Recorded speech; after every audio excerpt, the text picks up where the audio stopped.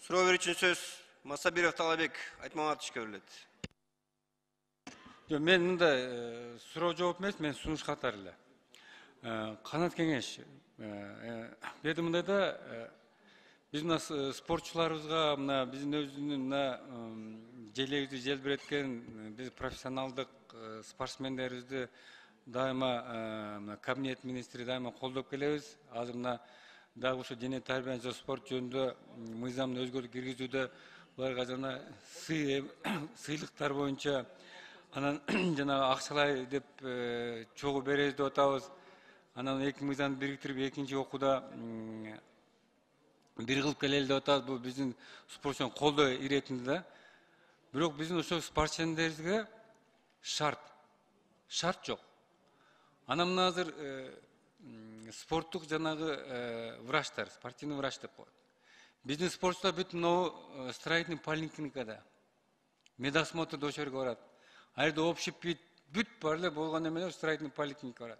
Барсак ошол жерде эртең барсаң жаш балдар жана медосмотр өтүп жүрөт. Башаламандык да. Анан ошол жерде канат кеңеш ушуларга бир спорт поликлиникасын куруп, реабилитационный центр деп коюш керек.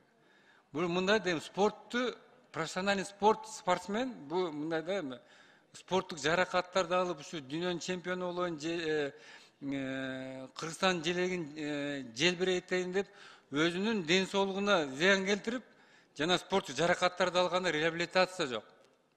Болгондо Бактуу Насыровнага чоң рахмат. Бир врач бар, спорт врачы. Күрөшчүлөр тияка алып кетет, дзюдочулар бияка алып келет, боксчулар болсо баякка барат. Бир врач эки жака тартат. Ошон үчүн мына саламаттык сактоо министрлигине дагы айтат элем. Ошол жерден атайын бир факультет ачылып, спортивный врач деген. Ошолорго бир мындай шарт түзүп берсек да, мына сунуш катары да канат кеше өзүңүз билесиз. Көп жерде мына спортчулар 20 молодежьга чейин келет дагы ден соолугуна байланыштуу спортту таштаганга мүмкүнчүлүк болуп калат да, мындай кетип калганга ушундай шарт болуп калат аларга. Бирок аларга дагы мындай биз жакшылыкка бир шарттарды түзүп, анан жанагы фармакология дегендер бар. Азыр фармакология өстү. Вести куушат, кандай бастаныш эткенин билишпейт. Ошон үчүн мен сунуш катары да канат кел бир жерде болсо мына каржы министринин орун басары турат, бир каржы таап, мына биз эми стадиондорду куруп атабыз, баардык нерсени куруп атабыз. Бирок спортчуларды ушул убагында реабилитация өткөнгө бир спорттук поликлиника курганга бир көзөмөлгө алып ошону жасап берсеңер чоң иш кылган болосуңар да. Негизи урматтуу депутаттар, бул мыйзамды колдоп кеткениңерден суранып кетет элем. Рахмат. 6-чы процедурный. Чоң рахмат. Урматтуу депутаттар, бардыңыздарга рахмат. Мына бул мыйзамда биз ошол олимпиаданы утуп келгенден кийинки сыйлыктарын гана көрсөтүп атат да. Бул жердеги олимпиадага чейинки маселелерди көтөрбөй атышат. Биз ушул боюнча көтөрүп келебиз. Экинчи окууда сунуш беребиз. Бирок мына финансы тармагынан келген өкүлдөр, силер азыр жооп берип атасыңар. Ооба графикти берсеңер эле бере коебуз деп. Алдыңкы жыл Акжол Макмутов, Айсулуу Тыныбековалар Казакстанга карызга барып келген деп көтөргөнбүз. Силер январь, февралда мелдештерге бара турганды бир жыл болу айландырып, анан кийин декабрда төлөйсүңөр. Өзүңөрдүн бизнесиңерге салып алып. Силер ушул спортко кеткенден мына бир жылда 0,1-0,2% бөлүнөт. Бир нерсе болсо 1 миллиард 600 миллион бөлдүк дейсиңер.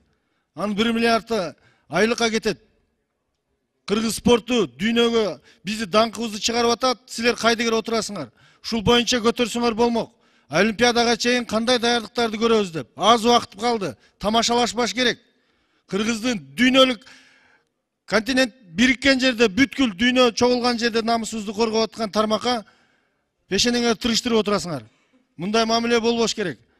Ошон үчүн урматтуу Канат Кеңешович, бир дагы спорттук жыйын кылып, президенттик администрациянын алдында, өкмөттүн алдында бир мына лицензия боюнча талкуу кылайлы. Финансирование боюнча өзүнчө мына кече Венгрияга боксчулар кетип атат, бербей атасыңар. Таиландга кетип атат, бербей атасыңар. Күрөш бүт дүйнөнү 3 дүйнө чемпиону чыкты. Качан гана депутаттарга чыгат, биз силерге чыгып анан берип атасыңар. Силерде система жок спортту колдогон.